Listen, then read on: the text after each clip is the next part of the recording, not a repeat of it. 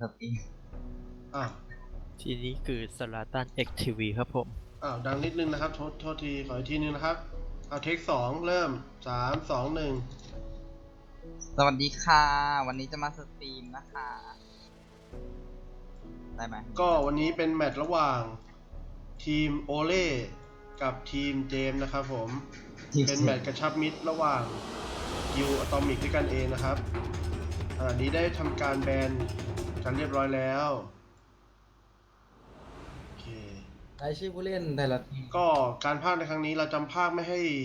สองฝ่ายได้เปรียบนะเพราะว่าจะพากย์เป็นกลางที่สุดเพราะว่าเราอยู่ในห้องของเทียของอีกฝ่ายหนึงนะครับ Prepare for battle. สตรีมพี่นัทยังออฟไลน์อยู่เลย ออนไลน์แล้วเดี๋ยวแป๊บนึงนะครับผมออนไลน์หรือยังเดี๋ยวเช็คก่อนนะครับ เอาพี่นัทปิดทำไมอ่ะ ไม่ปิดนี่ปิดวะไม่ปิด มีจิมเบอร์ด้วยวะ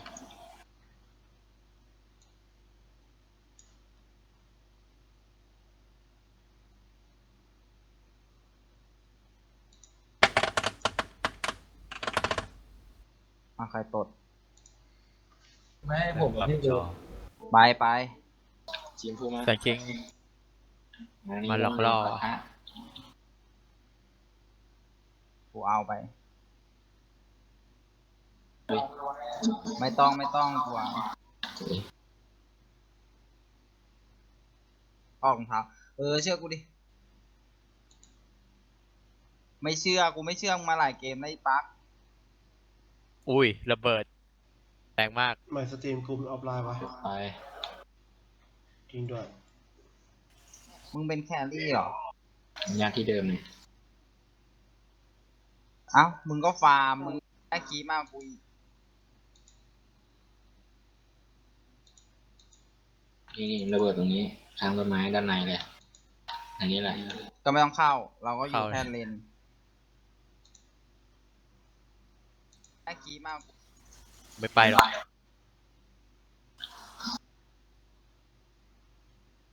วาดมาดิสแม่งเลยใช่ไหมเนี่ย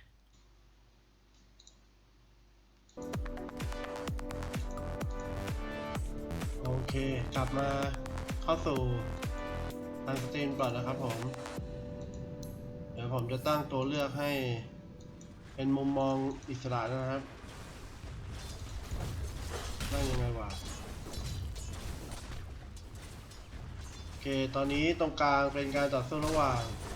ทิมเบอร์ซอกับสไนเปอร์อาจารย์เก่งนะครับส่วนเลนใกล้ของทางทีมอะตอมิกจะเป็นโซเลมอยู่ในชุดของไมเดนและ JM ในชุดของจักรนอตนะครับมีจักเกอร์ตัวหนึ่งก็คือสมจริงลิงจักนะครับที่กำลังจะโดนคีปตีตาย แรงยังวะ ต่อไปก็เป็นของอาจารย์ตีวัสมรในเล่นเซนทอร์นะครับเจอกับโดเรนเจอร์และออกเมดโอ้โหภาคนู้นนี่บอกเลยว่าไม่ธรรมดานะครับ การแต่งกายของแต่ละท่านของทางนู้นชุดเต็มมาทุกคนนะครับ ส่วนกอบบินนี่มีอาคาน่าด้วยนะครับผมวันนี้ก็คงจะสูสีกับเกมนี้เราขอซูมมาที่เลนล่างแล้วนะครับ ซึ่งเป็นเลนโซฟาร์มของทางเอลตอมิกเกิดการหยุดชั่วคราว ไม่ทราบว่าเกิดอะไรขึ้นนะครับ นี่พี่ช่องหมดขยะเนี่ยพี่ โอเคครับต่อครับอาจจะเป็นเพราะว่าเมาส์อาจจะมีปัญหานิดหน่อย เริ่มเกมกันต่อไป เดี๋ยวผมขออนุญาตพากย์ในการไม่กดไมค์นะครับพากย์คนเดียวจะได้ไม่รบกวนผู้ฟังคนอื่นด้วยโอเคในส่วนของก๊อบบินมาแปลกครับอยู่ในเลนแต่ก็คอยวางระเบิดเพื่อคุมเลนให้เพื่อนนะครับผม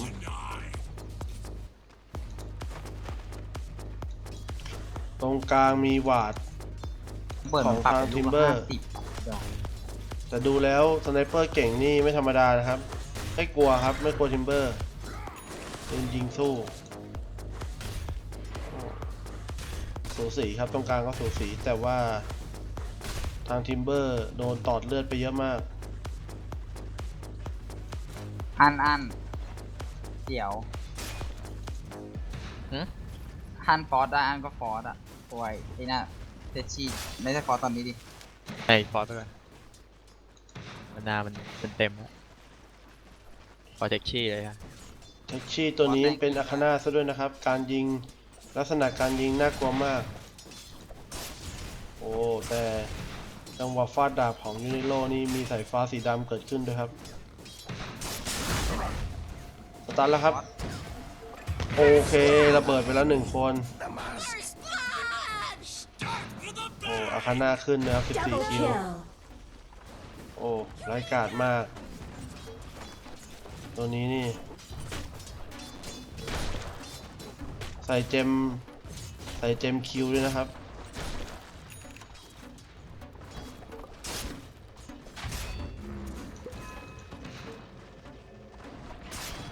ระวังระเบิดนะ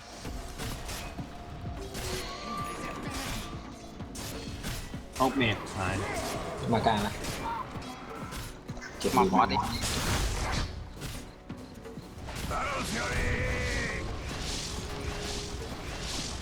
น่ากลัว ตอนนี้ทางกอบบินกดดันทางฝ่ายของอะตอมิกได้มากนะครับ ถึงกับไมเดนจะต้องซื้อหวาดมาหวาดแล้วครับตอนนี้อื้อหือน่ารัก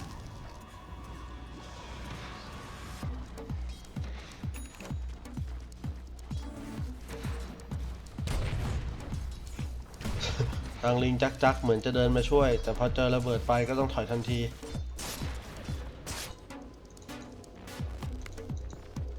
สะบักสะบอมกันทีเดียวครับโอ้โหแรงมากครับท่านี้เผลอไม่ได้นะครับดาเมจ400เข้าตัว 200นะครับผม 400เลยเหรอ ใช่ครับดาเมจท่านี้400ครับตอนนี้แค่เลเวล2 400แล้วครับ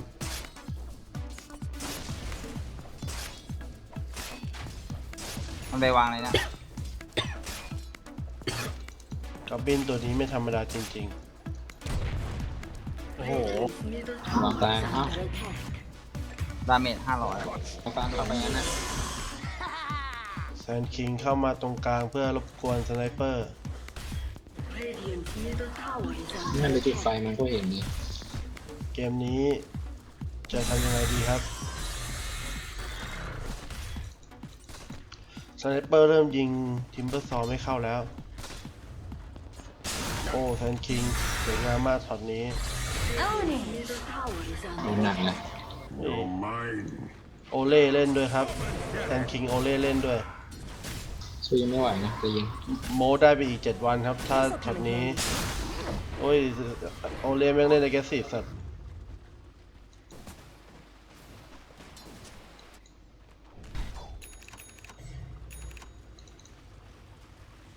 เชี่ยเล่นนี่มันไม่ธรรมดาเหมือนกันนะเนี่ย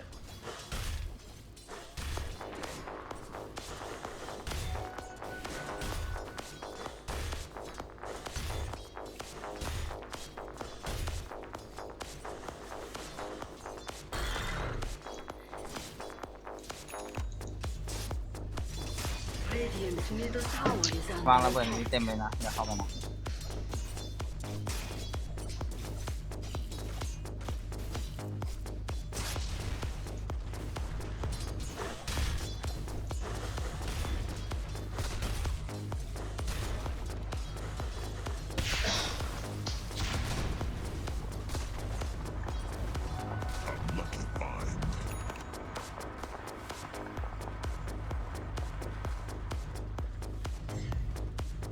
เกมข้างล่างคิวได้วัว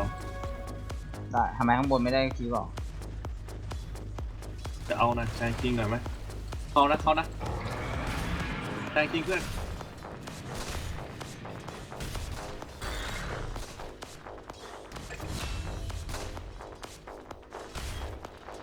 Radiant's top tower is under attack.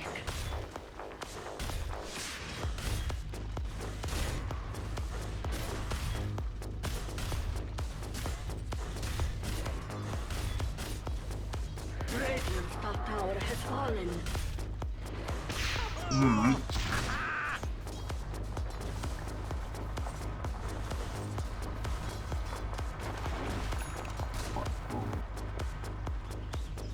เยอะเยอะเยอะระวัง ฟอนหน่อยได้ไหมฟอนหน่อย Dire's middle tower is under attack. แรงเลื่อน บอกมากี่ก่อนไหม ฟอนเลยผ่านมาแล้ว ฟอนตรงนี้ ขอที ไม่แต่งนะ แรงกว่า Radiant's bottom tower is under attack. ได้ปะ Kill.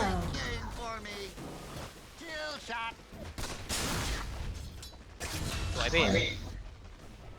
Radiant's bottom tower is under attack. จัดว่าเด็ด Dire's middle tower is under attack.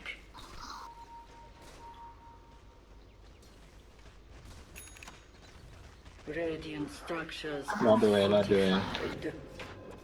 นะรอดู มาดอต่อมาตรงนี้มีระเบิดนะ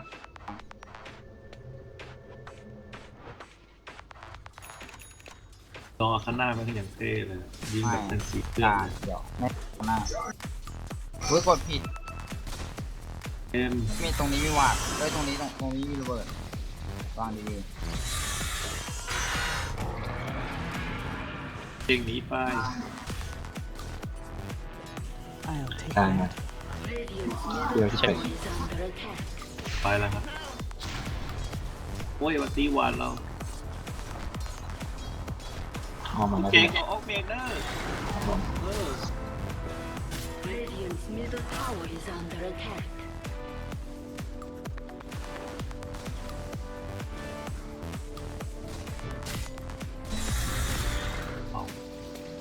โซ่ ๆถอยมาตรง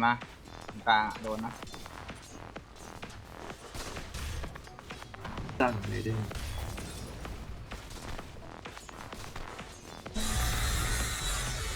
Twice the harm. เฮ้ยวิ่งมาเอา อันติเลยอันติเลย วาด ขณะนี้ Own it. รูปเกมอยู่ที่5 ต่อ 5 นะครับ Tower is under attack. เกมยังคงสูสี มา Killing spree. กอบบี้ไร้กาดมากครับผม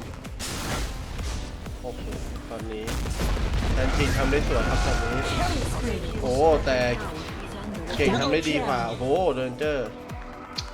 ถ้าขึ้นมาได้นะซูม ถอย ทีมไฟท์สนุกมากครับตอนนี้ นั่นจะตายแล้ววะเมื่อกี้ ซูมไม่ได้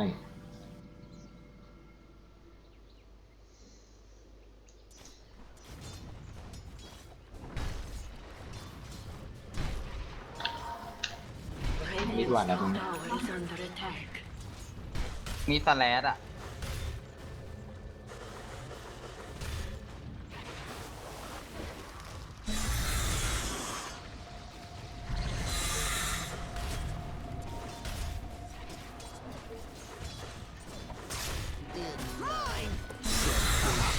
โอเคไมเด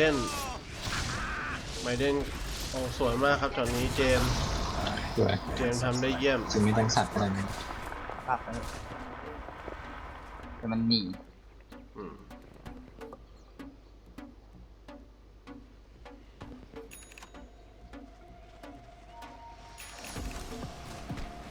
บ้างระเบิดเทียบ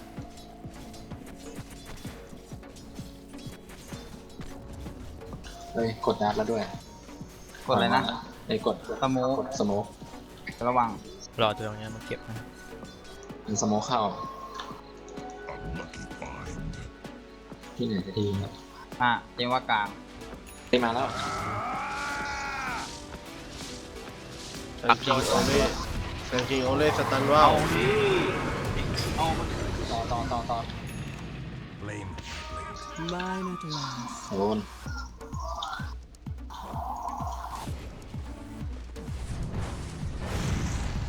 ทีมไฟท์ข้างของอะตอมิกดีมากครับตอนนี้ ขึ้นมา เราน่ะ เก็บไฟ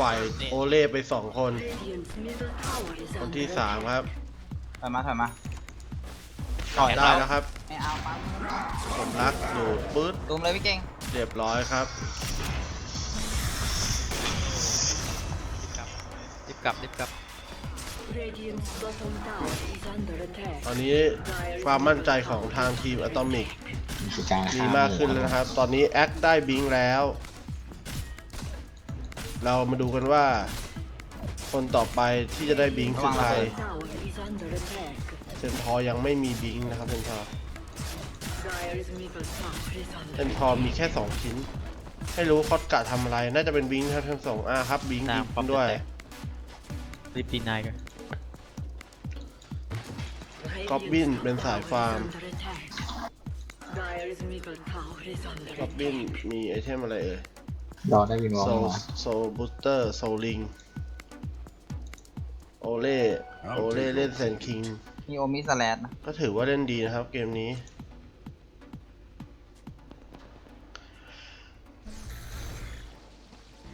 มีกลางได้นะเนี่ย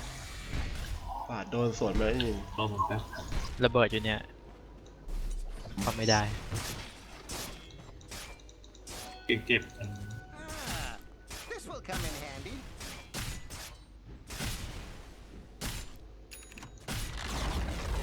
Radiant's bottom tower has been denied.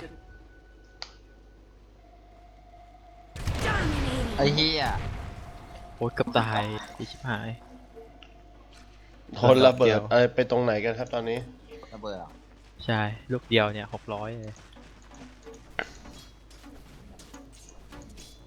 ปังมึงบิงเดี๋ยวก่อนนะถอยมาเลย บักถอยมาเถอะ เก่งเราเอากลางนี่ไหมพี่ คุณเลือกค่ายากต้องเอาตัวนี่เอาไป ต้องออกเต็มเว้ยมันจะได้จบ อืมแต่ละมันก็ไม่เคยมาเกินครึ่งแมปเลยนะวาดไม่รู้เยอะกว่า ฟอร์ม เจอตัวปลอม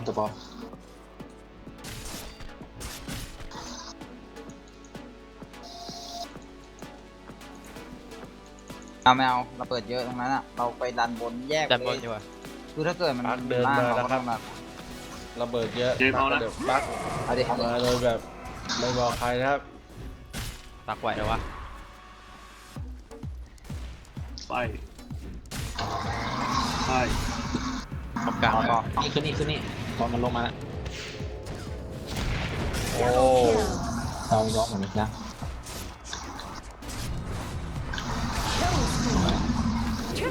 ตอนนี้สุดยอดเลยครับ จบกลางเลย โอ้โหแม่ตอนนี้นี่ เชียว แสดงถึงความแตกต่างระหว่างทั้งสองทีมแล้วนะครับ ตอนนี้ อ๋อมันดุมาก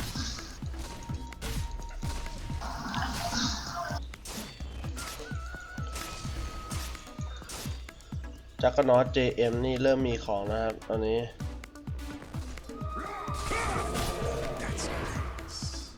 สมจริงก็เริ่มแข็งแกร่งขึ้นตอนนี้ ลูกเกียร์ลมชื่อ Dire's ไม่ middle กลัวใครทั้งสิ้นสมจริงตอนนี้ สมจริงบอกว่าต้องเอาแอคมาเล่นแล้วอ่ะของตัวจริงอ่ะไม่อยากเล่นเลยบอกแอคไม่อยากเล่นเลยเล่นแล้วชนะง่ายเหลือเกิน ปักบอกไอ้ตัวนี้กูเล่นทีไรก็ชนะ ตอนนี้เล่นทีไรก็ชนะว่ะ Take that as เรื่องจริงนะเนี่ย นี่ ไม่ได้โม้นะ ไม่ได้โม้ไม่ได้โม้ อาชีพวางระเบิดตรงนี้วะ มันเมาอ่ะมันจะเอากลาง กลางนะ แต่ว่าไปพี่ เทียบเลยเสร็จละ gold. เกมยังสูสีอยู่นะครับยังไม่ขาด มาตรงนี้ด้วย I'll take that. นี่ไง เป็นการสวนวัดที่ฉลาดปราดเปรื่องมาก ผมไม่ เป็น ชอบ การอะไร เล่น นะ ชอบเล่นศึกเกี่ยวทับไปทับมาโคตรเกลียดเลย แบบปักที่เดิมไป มันต้อง โเคที่ มัน เดิ ต้องหลบอย่างนั้นแหละ ต้องปักหลบมัน อาการที่ถูกต้องขณะนี้ทีมเบอร์ซอลต้องแอบมาฟาร์มคนเดียวแล้วครับ เพราะว่าตายบ่อยมาก รถเจ็บคนใหม่โทษที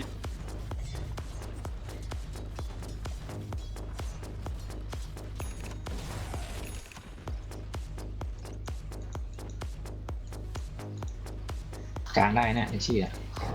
มาผลอันตีแล้ว อ้าว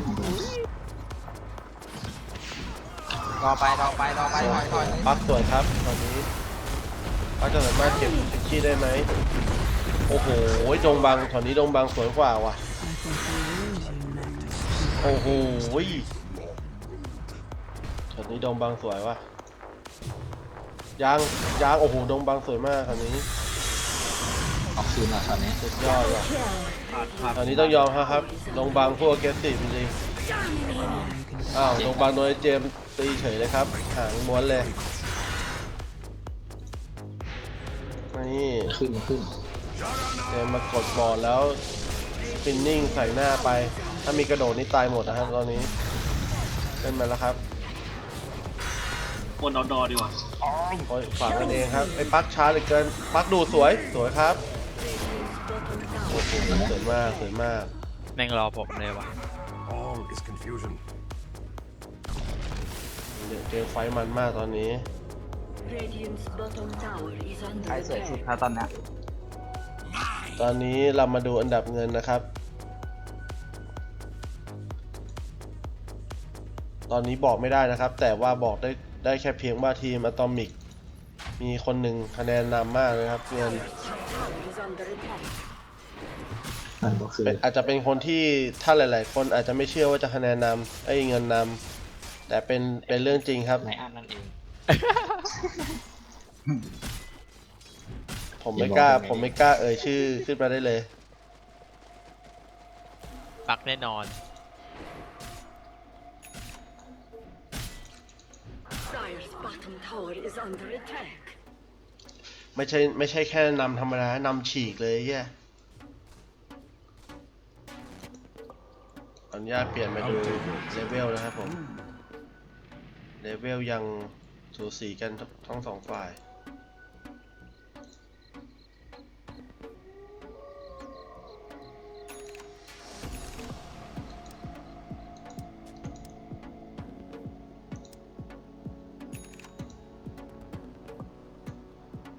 เยอะ จะยังไง ได้เอาได้นะ มากเจมส์ เย เข้า อะ มา นะ แล้วไอ้สัตว์ออกมา ออกเขา เอามาก่อนอยู่บนเนินมันชายมันเสียเปรียบ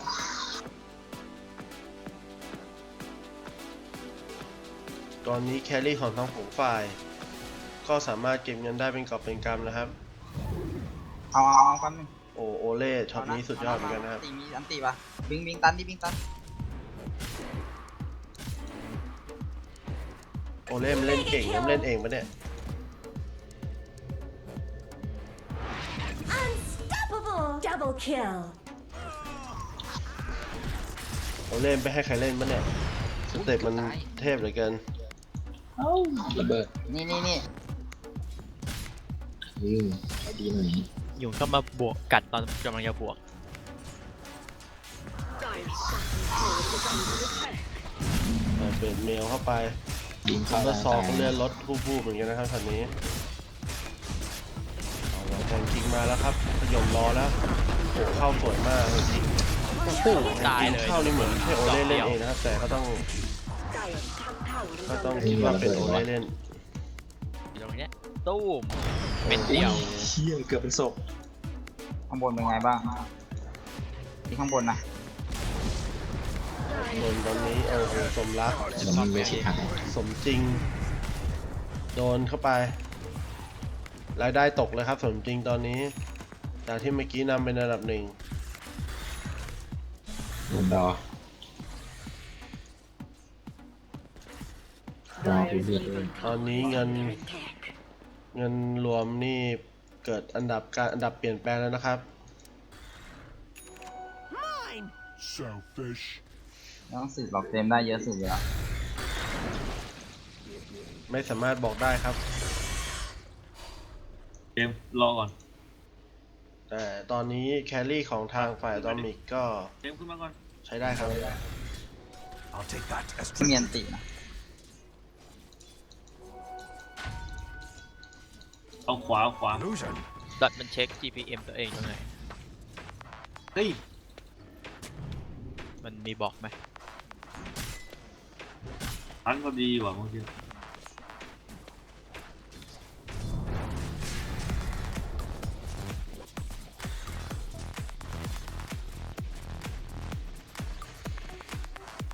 คืออายเหอะเต็มอะ Dire's bottom ซื้อได้นะ tower แต่ is ใครซื้อ under attack. แข็งนั่นแหละดีได้แล้ว ถอยมาถอยมาถอยมาถอยเดี๋ยวถอยเดี๋ยว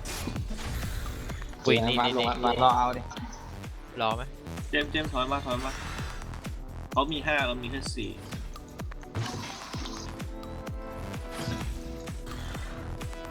เอาเบสเมลอ่ะครับ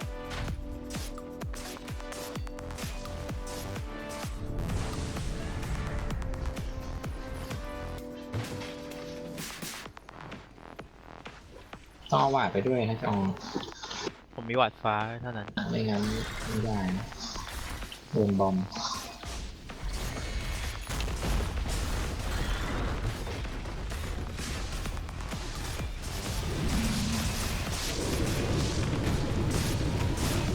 แซนกินโอเล่ล่วงโอ้ยังรอดครับ ไม่น่าเชื่อ แล้วก็ไหนก่อน วันนี้สวยครับ รอดได้ไงวะ โอเล่ทางทีมโอเล่เข้าไปกดบอกกันเรียบร้อยตอนนี้ 16แล้วนะ ขึ้นละมันขึ้นละ This will come in ยังมี handy. บิ๊กนะ ถอยลงป้อมเลยดีกว่า ป้อมป้อมเลย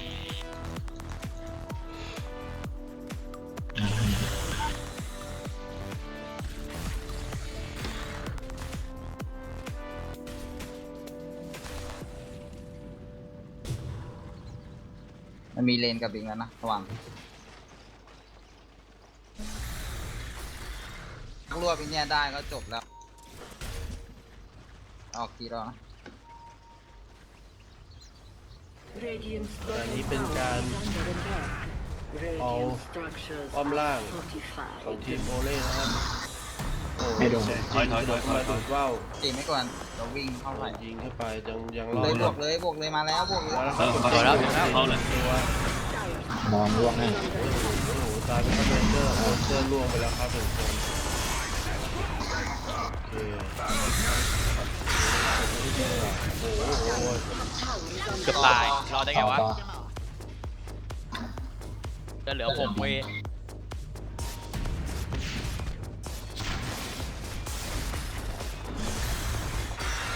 Double kill.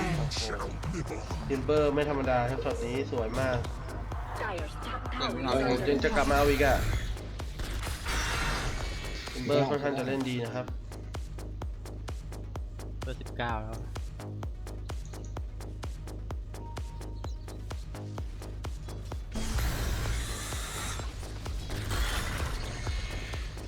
เห็นทิมเบอร์เล่นแล้วก็อยากเล่นนะครับ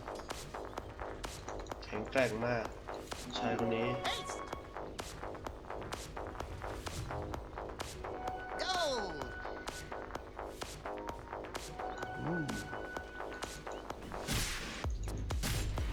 กลับมาดูพี่สมรัก สมรักยัง This'll come in handy.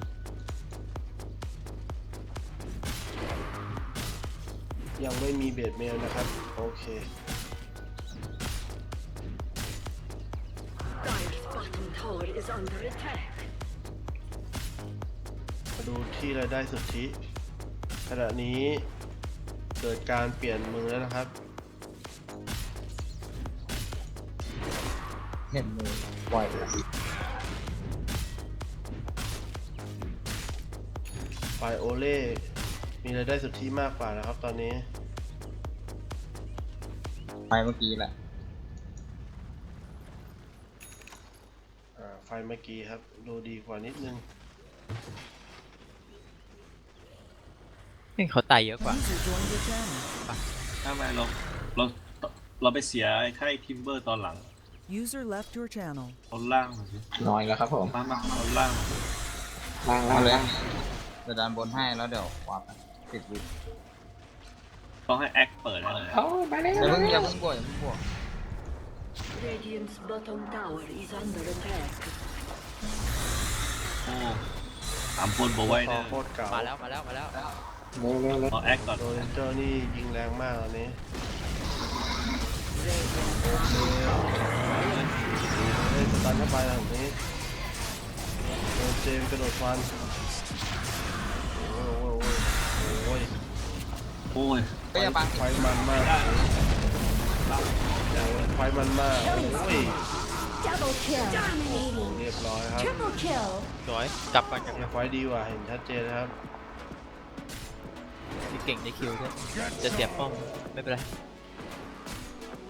I'll take that as tribute. เสียป้อมไปก็ถือเป็นการแลกกันไปแล้วตอนนี้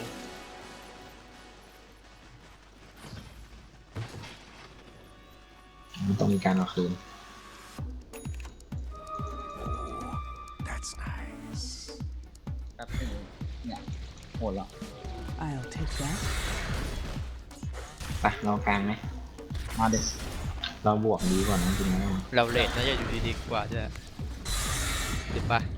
ฝั่งโน้นเขามีตัวอะไรน่ากลัวจากเดียว รอไปเดี๋ยว เจ้าสองค่อนข้างจะเก็บตังค์ได้เร็วมาก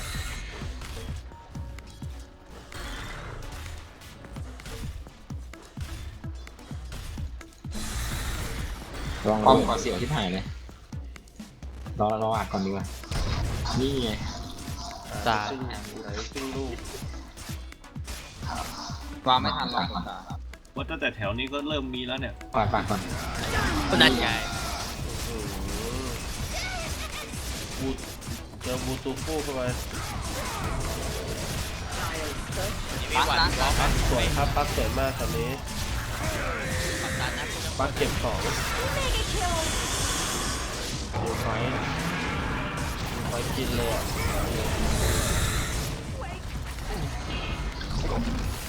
ตอนนี้ต้องซื้อเกิดอ่ะ ขึ้นเลยนะ Dire's middle tower is ขึ้นเลย จะนำเสือไปอย่าง has fallen. User joined your channel. เจมบอกเอาว่ะเรียบร้อยครับตอนนี้ไวเปอร์เก็บไปแล้วน่าจะถึงเสียแหลกนะครับตอนนี้ มีไอ้ฮิวปะ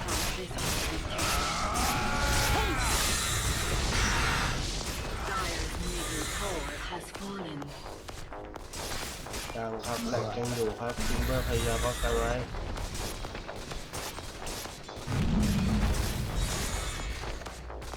Dire's middle barracks are under attack. Dire's middle barracks has fallen. เอาว่ะทำมาแล้วครับคุณไฟ Double kill. ตายไปหนึ่งมาเด่นโอเล่ตายไปโดนทอตายไปเหลือแค่ยูนิโรตัวเดียวโอ้ยช็อตนี้ถ้าโดนคิวทีมเรียบร้อยครับ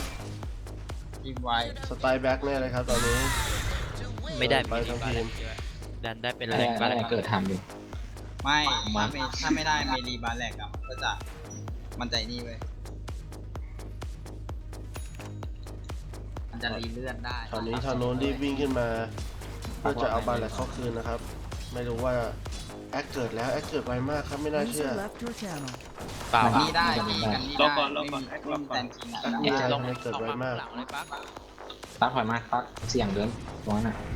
เก่งเกิดพอดีแหละ Radiant's middle tower is under ป้อมบนเลยก็ได้จริง Radiant ใครกดวะ structures are มา fortified. ไปเคลียร์คีไป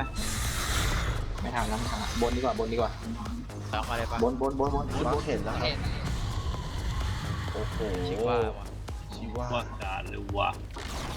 เข้าตัวยังไงวัน บ นี้ น นะ สู้ได้ Middle tower การ ขึ้นไม่ ก ได้ ลับมาจะได้เสียแหลกหรือเปล่าต้องดูกันนะครับทิมเบอร์ขึ้นมาล่อแล้วครับ เอาเลยเอาเลย ปักดูดขึ้นทอโอ้สวยครับแบบนี้ นอนยิงเบนเมลนอนยิงเบนเมลได้เลย ไมเดนนะต้องบอกไมเดนเลยครับแบบนี้ โอ้โหรอยิงแรงที่ผ่าน มันกดนั่นมันกดบัตรกดเครื่อง อุ้ยโดนไอ้นี่ Face, Ui. I haven't lost enough. อ้าวไอ้แย่กูคืออะไร JM ซื้อเกิดขึ้นมา ไม่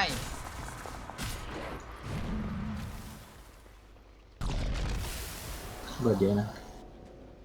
ไม่เป็นไรครับไม่เป็นไร แล้วโกเลมมาได้นั้น กดผิดอ่ะ น้องโฟ เรียบร้อย ตาม Come in handy. สมจริงผู้มั่นใจ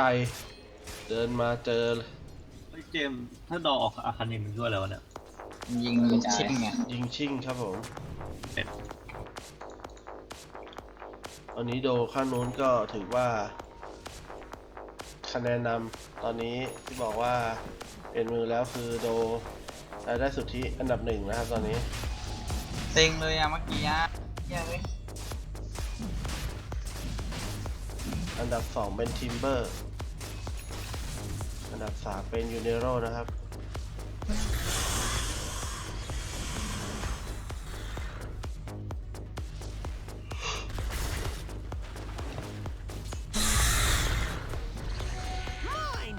Selfish.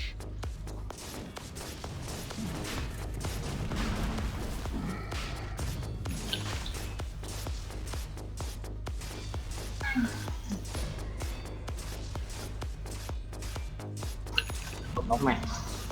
I'll take that. ใช้นกตัวใหม่ ตอนนี้กู้ภาคง่วงนอนมาก ก็ไม่ขาดเท่าไหร่ ยังสูสีครับ To the นี่ radiant. เลย ร้อ จิ ยแล้วครับ JM เก็บเอจิตไปอย่างง่ายดาย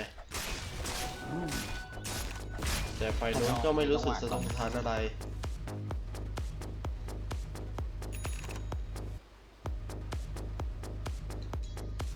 ยังเล่นเกมของตัวเองต่อไปนะครับ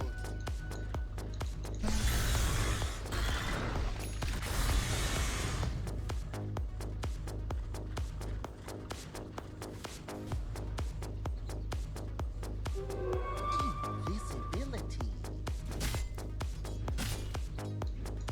I'll take that as tribute. เก่งเอามังกี้กันเลยก็ได้นะ อืม ปะออเหอะมีจิ๊ดอะ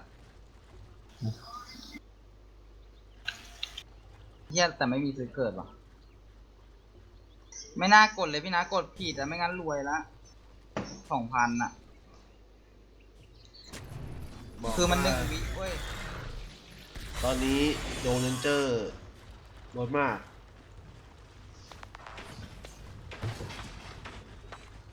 ไปดันบนเอาวาดด้วยจะดัดก็ได้พี่มีดัด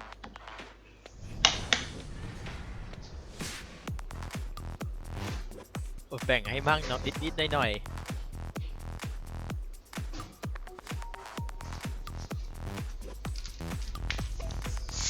ยิงปึ้ง ดึงละเก็บตารางตัวใน เรื่องอะไรต่อ เอากดใช้นะ มากดเลยแล้วดันบนต่อ ตีชายมาแล้ว I'll take your tribute. ตอนนี้กอสตันเนอร์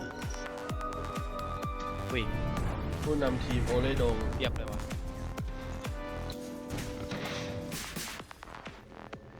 ว้ามาบนละ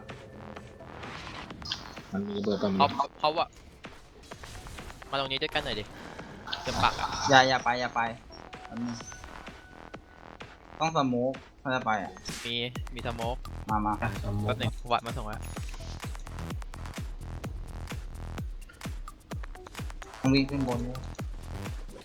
เพื่อคลิปเดินแสดงว่ามีคนมีหวานด้วย เอาดิ เยี่ยมครับ วอลพอดี เลนเจอร์โอ้โหเลนเจอร์คิวมากอ่ะจะได้เลนเจอร์ให้ก่อนนี่คือเกมพลิกเลยนะ ใส่มา สอง เขา ลูกครับเลนเจอร์ไม่ตายด้วยเลนเจอร์โดนถอยหลังเข้ามา โดดได้ปะ ซื้อพอนะ เอาออกเมดตายฟรียาง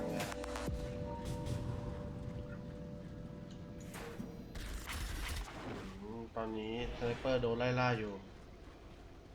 โดยทางทิมเบอร์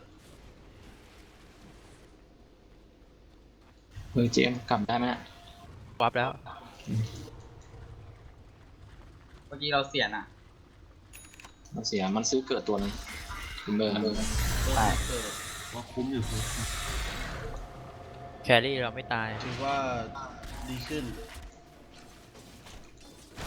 ช็อตเมื่อกี้โดนเจอนี่ไวมากไวจริง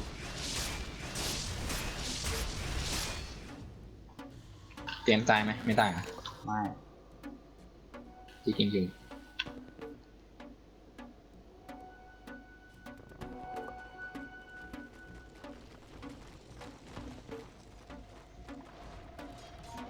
To the swift, the spoils.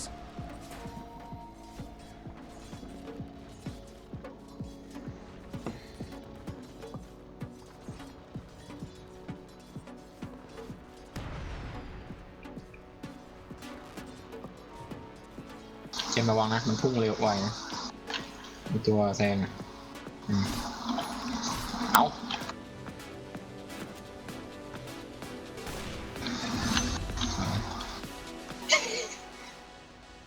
หัวเราะแห้งๆครับไปกลางได้เนี่ยตัวเปิดมันตายแล้ว ไปล่างหรือบนอยู่คุณครับ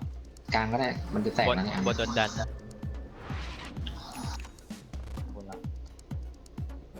Radiant's top tower is under attack. เดี๋ยวกระจายกันแล้วเกิน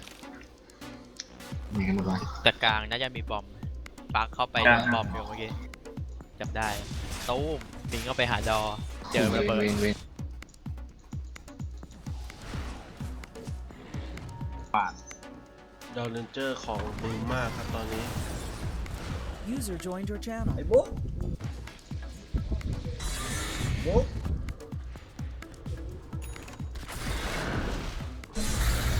ไม่รู้ว่าเกมนี้ต่อไปจะเกิดอะไรขึ้นนะครับ ทั้งสองฝ่ายสูสีกันมาก หน้าเลยผมออกไปมันครับทำกัน พี่นัท ครับผม ไอ้บุ๊กเล่นดอทอยู่อ่ะ พี่สตรีมสดอยู่ ขอแป๊บหนึ่งได้ไหมเนี่ย ได้ ไอ้บุ๊กเล่นดอทอยู่เปล่าผมไม่ ไอ้บุ๊กไม่ได้เล่นไม่รู้อ่ะ อาจจะเล่นคนเดียว ที่เจหมดแล้วเหรอ หมดแล้ว จะได้ไหม This'll come in handy. จะได้จริงอยากบวกมากเมื่อกี้ I'll take that as tribute. ให้มันฟาร์มไปแต่มันก็หมดของเราสไนเปอร์ก็กลัวเขาการบ้านสุดยอด ไม่ดีนะ ปล่อยฟาร์มเนี่ยข้างนู้นไม่ธรรมดานะ แค่ดอเนี่ยนะ กับกอบบินวางได้เรื่อยๆอ่ะ ซื้อเจมก็จบแล้ว โดน ขอมา โดนดอโหดมากวันนี้ โอ้โหดองมันขีดนะ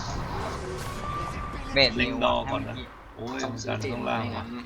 ขึ้นไม่ได้จริงโอ้โห ตักขึ้นกลางไปเลย แต่ว่าต้องมีเจมอ่ะ ใช่ โอ้โหอุ้ย เราอยากเข้าปากเลยแม่งดูอีก อุ้ย ต้องเจมแล้ว โอ้โหช็อตนี้โอ้เลยโดนเบดเมลเข้าไปสองคน แหมจะตายแล้วเดี๋ยวทิปเปอร์ ทินเบอร์กับโดครับ มันกดเยอะเลยกดแล้ว โดจะตายโดตาย Killing spree. แต่ทินเบอร์ตัวเดียว Kill. ทินเบอร์โหดมาก ดอซื้อช่าง เขาเหลือ2อ่ะ เดี๋ยวมึงกลับบ้านไป ดอกซื้อช็อตนี้ดอกซื้อทินเบอร์นี่ มาแล้วอะ เริ่มโหดมาก 3,200ใจเกมกลับไปก่อน ทำไม เอาหัวใจ โอ้ยอีดอกูก็ต้องของปะ วางดอนะรอมาไวนะ กูจะเอาชุด ดออยู่บน Wiggle the joints. เข้าไปวะแม่งระเบิดใส่หน้าเลยตายเลยเลือดพัน ซื้อ เดี เจ ยว มดีจบน้อยซื้อมาอะ ซื้อได้ฮะ พวก ของ ตัว ตอนนี้คลองจะเกิดแล้วนะครับ Gold.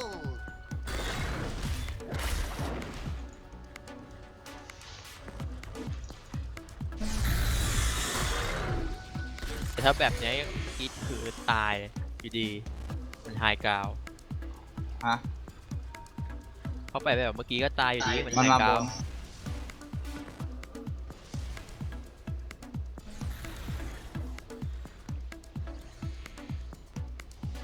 บอกแล้วเฮ้ยได้ว่ะสวย Dominating. ดูดได้สุดยอด Radiant's Dạ, mày. tower is under บายแบ็ก attack. บายแบ็กบายแบ็ก ไปยาวเลยกลาง กลางเลยจ้าไม่มีดอแล้ว มีหวาดไหม ผมมีวาด กลางแตกแน่นอน2 นาทีอะ ไปไป I'll ตัว take ดาเมจ เจมส์ ไม่มีด้วย นี่เจมส์ได้แล้วได้แล้ว ซื้ออะไรก็ได้มีงั้นดันไม่ได้กลาง ไปถือได้บ้างนะ ดันล่าง ผมถือ ยังไงมันต้องกรรมการ ผมวางไว้ที่บ้าน ต้องกรรมการไปเลย เดี๋ยวปล่อยฝนในทีม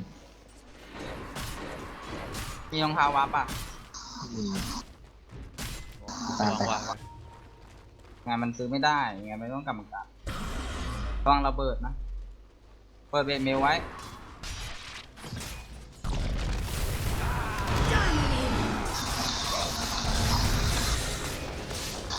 เอาแตกก่อน ผมรักสายไฟโอ้ย ป้อมเพื่อน พร้อมจะแตกนะครับร้อยโอ้ยแข็งแกร่งจริงครับตอนนี้บอกได้เลยว่าทีมเขาแข็งแกร่งมาก Double kill. Killing เกม spree. น่าจะจบแล้วครับตอนนี้บอกเลย Hey, don't tell me to calm down. I have calm. ระเบิดทั้งหมดของ Dire evil กอบลินไม่สามารถทำอะไรทีนี้ได้เลย เบอร์บายมา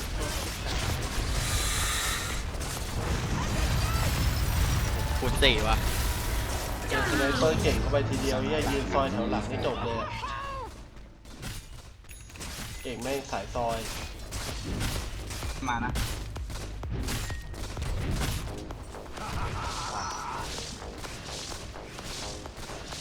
เอาของก่อนทำมาเนี่ยป้อมจะแตกแล้วพี่เก่งนะยิงที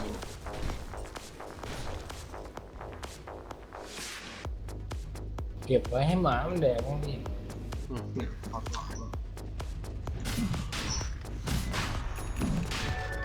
double damage.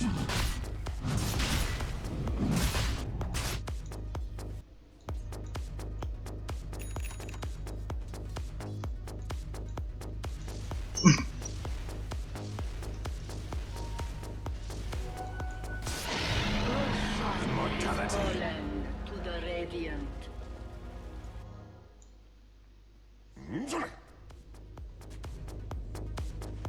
This'll come in handy.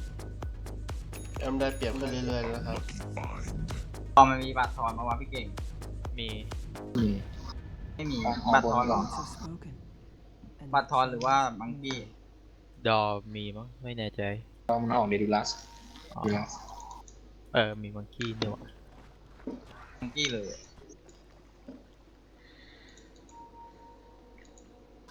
มีเจมไหม ไม่มีไงประเด็น มีตอนนี้เมื่อกี้นะถ้าป้อมข้างบนมันแตกเราเอาเมื่อกี้บน ป้อมมันก็แตกแล้ว เกิดอยู่เต็ม มากับผมหน่อยมากับผมหน่อยจะฝักไว้ เอา ไม่ เจอ เจอเนี่ย เอาก่อนเลยนะหลังมันตัว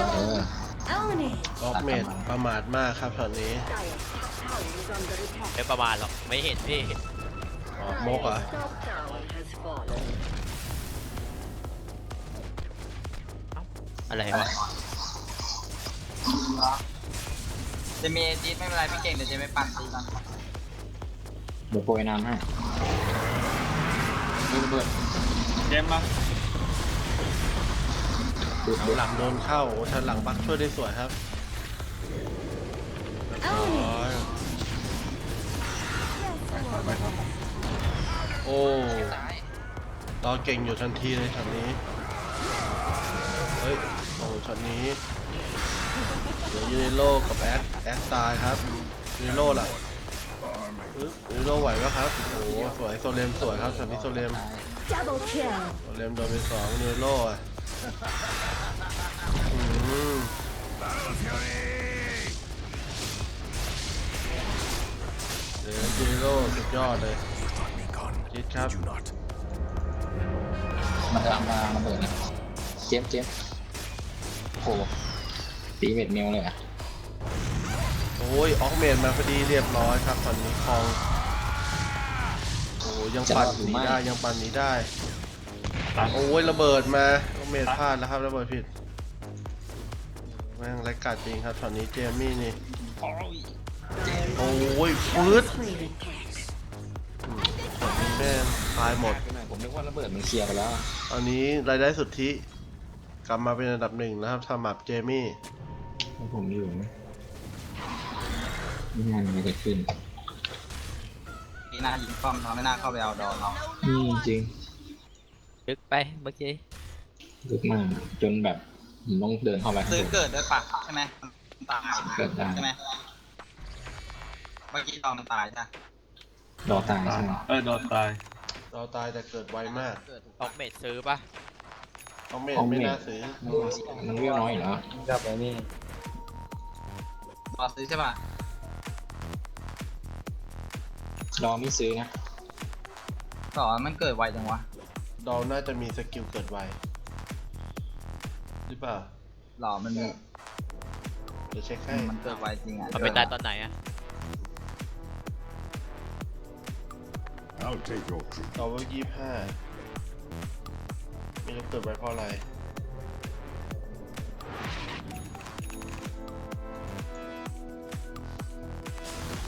ชาววาบอ่ะ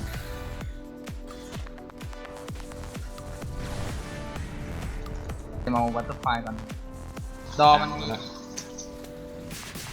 ดอไม่มีมังกี้ว่ะวัตเตอร์ไฟก่อนไม่โดนนะ มีขี้ใหญ่ ยิงมัน นี่ผมเป็นซอง จ่อกันนี่ เราไปเอาชายมันบ้างไหม คือเราชายมันปะ Double damage. ข้างบนนะมัน ไปดูหน่อยดิ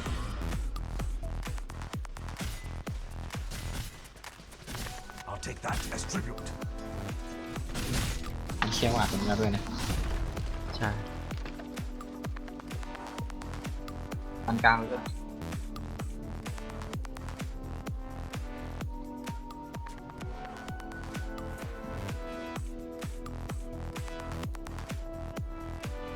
จริงๆเราดันกลางเอ็นเลยก็ได้นะ เอาชัวร์ดีกว่าเอ็นยากนะถ้าเรา มัน ฆ่า จะได้ ไม่ ไม่ หมด มี อะ ระเบิด เจ็บระเบิดนะตอนนี้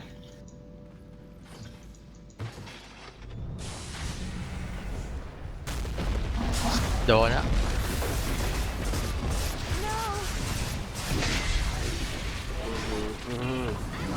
แยกกันไป1-1อันนี้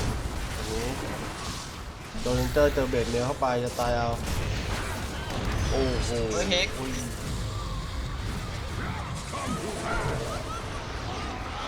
อ้โหแอคครับ โอ้ยเอ้ยตาย โอ้แอคสวยมาก โอ้โหแอคสุดยอด เก็บไป3เก็บไป4 Double kill. ระเบิดอีกแล้ว ตีป้อมเก่งตีป้อม Dire's middle tower is under attack. แอคแม่งโหดนะครับนี้ Top tower has fallen. อันนี้ได้แอคเลยว่ะ บล็อกยิงมันได้ไม่มีเกาะบล็อกแล้วยิงถ้ามีบล็อกยิ ร ง อ มันจะ นี่ ไม่ อยู่ มี ไม่กลัว เกาะ หรอก เหรอหลุดเลยอะ Dire's bottom tower is under attack. Is all the reinforcement this army needs. มาแล้วสมทบมาแล้ว ปักป้อมไป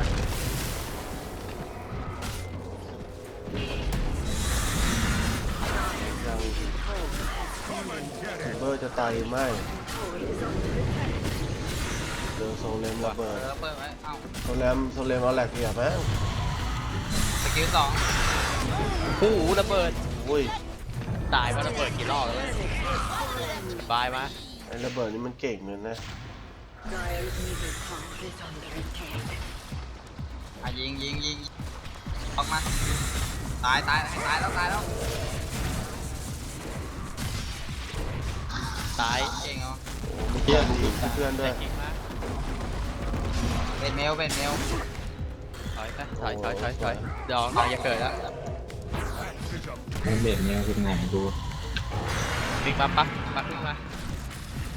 ก ลับเลยได้ป้อม ปัก แล้ว วิ่งอย่าตายก็แล้วกันปล่อยปักตายไป ถอยมาใครรอดถอยมา Strike you down.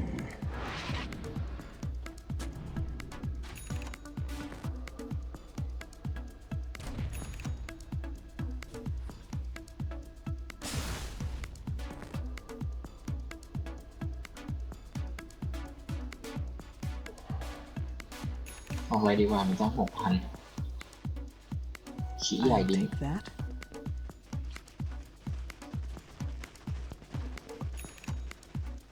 This'll come in handy.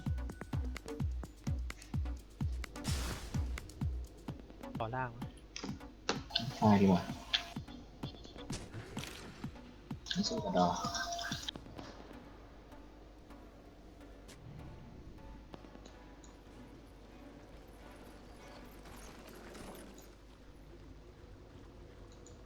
อ้าวเลตเตอร์นำเอาละ ไอ้ยา เฮ้ยเจเลตเตอร์นั่นเนี่ย เลเตอร์มันกลับมาแล้ว มาเพราะหลานนี้เอลี่ไม่อยู่ ด้านล่างมาด้านล่าง 1-0ใครยิงวะเพิ่งขึ้นเมื่อกี้เลยตาดูสดเหรอมีถ่ายปะช่องพีพีปะ มาด้านล่างเร็วปีชายมัน เขาบอกฉันวอตเวสต์มอร์แกนถ้าชนะ1-0นี่คือชนะเข้ารอบเลยนะ ว่าตามไป This will come in handy. เขาเดาไปว่าเลสเตอร์เข้ารอบนะกับยูเว่ Gold.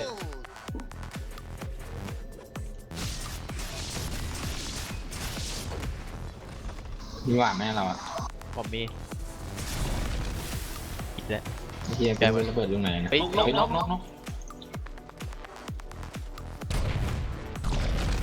โอ้ยนกแม่งหลบอ้าวเรียบร้อยนก เจ็บ นกมีเจมด้วย เก็บเจมก่อน User joined your channel. น้าเต่า1-0นะฮะ เฮ้ยโดน ทนายโดนก่อนวะ สวยมากช็อตนี้สวยมากโอ้โหโอ้ย เลิศ โอ้ยช็อตนี้สุดตีนจริงว่ะดาเมจจากใครวะ จากบอล จากบอส พี่ถอยก่อนนะ จากไอ้ท่าของไอ้อันนี่โหดชิบหายเลย โอ้ยเป็นแนวเจมตก There เล are ย some things เต็มตาย โดนระเบิดตาย ในการบวกกันนี่โคตรสูสี ไอ้ชี้เมื่อกี้อันติโคตรสวยเลย โดน2-3ตัวเลยเมื่อกี้ เดี๋ยวเราดันนี่แล้วเราไปตีนี่ อันต้องทำเลนว่ะ เราอะต้องดันนี่เราไปตี อันมีเลนยังไง จริง ผมทำแบ็คกิ้งบาร์ก่อนมีเล ต้อน ง ไป ทำเลน ผม แหละ ก็ตาย เพราะว่ามันจะไม่กันตรงนี้แล้วถูกปะมันจะไม่วางระเบิดอันนี้แล้ว ถ้ามึงมีเลนนะไกเวอร์เลยท่าเตี๋ มัน ย จะได้เฮงแล้วนะเนี่ย เมื่อกี้ไอตัวนั้นบิงมาเฮกนี่ก่อนแล้วบินเบอร์เพราะมันรู้ว่าสไนไม่ระมิดนะเอามันก่อนแล้วกัน แอคไอ้ปักอะต้องเข้าโดให้ได้ เจมส์จะออกสตาร์นิกหรือจะออกอย่างอื่น ปลาขายไปแล้วออกฮาร์ดดีกว่ามั้งไม่ก็ออกไอตัวไอซาวอะ เจมส์ออกสตาร์นิกดีกว่าวะออกสตาร์นิกเอาอันนี้ดีกว่าเมลซอมถ้าเมลไม่แรงมังกี้เมลก็ได้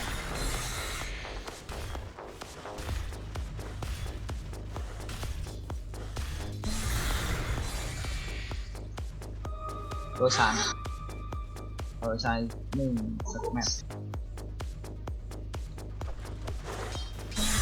เกมที่ยาวนานนี่เกือบ1 ชั่วโมง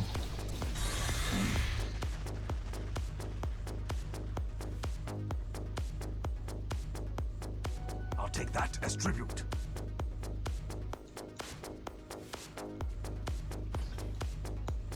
อ่านกัน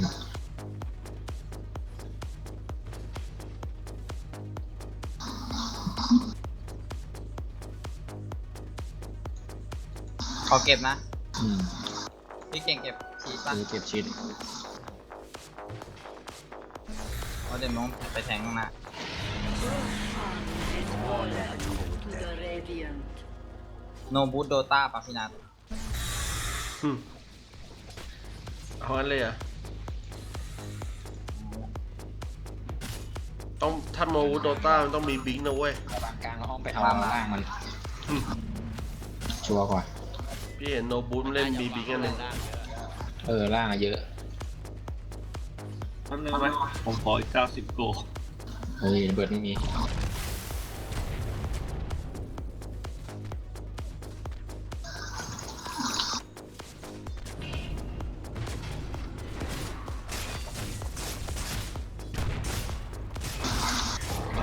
เลยนะ โอ้ยเรียบร้อยโอ้ยโดนเตอร์โหดจริงว่ะยิงกระจายแบบ Double kill. กลัวเลยอ่ะ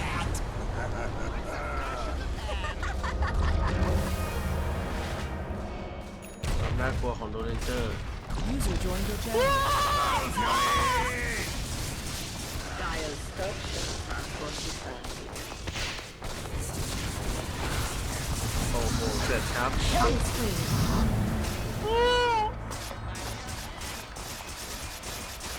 มาตีไล่ ต้องซื้อไป จีเวลเพย์ ราคา อ้าวถ้าเอ็มมาเดียวที่พี่ได้เลย ได้แล้ว 5M โคตรสวย กาดด้วยแหละมึงอ่ะ คนแบกเองบ้างเนี่ย อินโวเกอร์ทำไมเกมไอ้สัตว์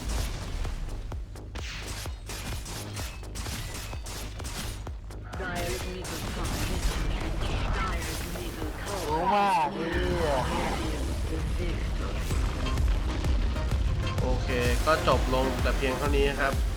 ก็เป็นฝ่ายชัยชนะของฝ่ายอะตอมิกนะครับ ที่ชนะกูเหนื่อย โอ มาก เล่เกมมิ่งนะครับผม โดนระเบิดตายไปหลายรอบ โอเคครับ สวัสดีครับ ส่งเล่นพอดบ้างครับ ขอบคุณครับ แก้มือไหมเจม ไม่ชนะพอใจแล้ววันนี้ ตี 3 หลับฝันดี